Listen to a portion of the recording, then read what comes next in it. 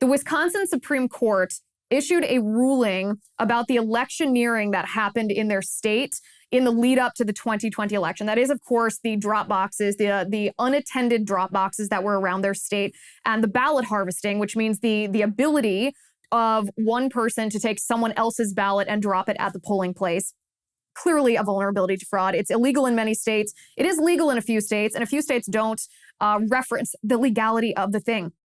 In Wisconsin, in the lead up to the 2020 election, the state election commission, not the state legislature, allowed 528 total drop boxes to be placed in cities around the state, particularly concentrated in liberal cities. This should come as no surprise to us. And this raised a lot of questions about election integrity. Was this commission, did they have the authority to change election rules, to change election laws, to change this procedure, or was this against the state law?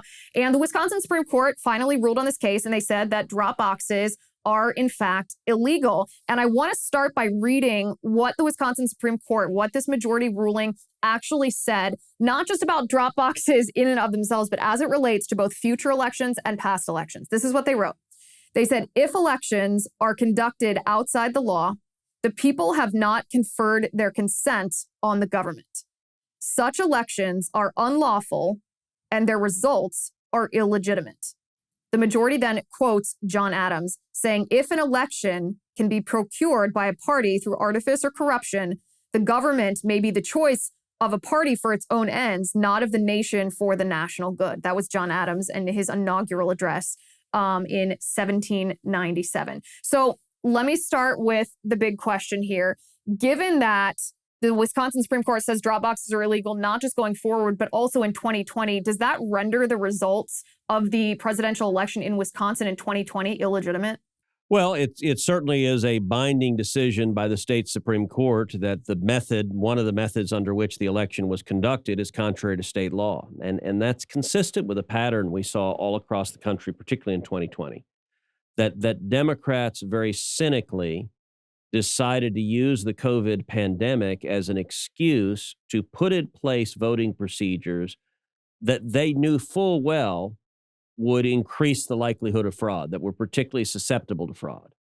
And we saw this across the country. We saw this in Georgia. We saw this in Pennsylvania. We saw this in Wisconsin, where they moved towards things like universal mail-in ballots. In Pennsylvania, they moved towards things like drop boxes.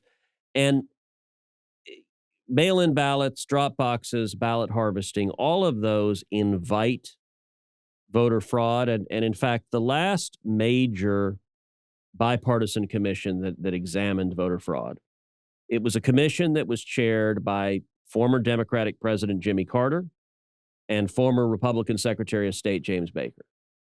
And that commission, the Carter-Baker Commission is what it's called, you should actually read the commission report. The commission report concludes voter fraud is real. It is a persistent problem. It has impacted elections. It has changed the outcome of elections.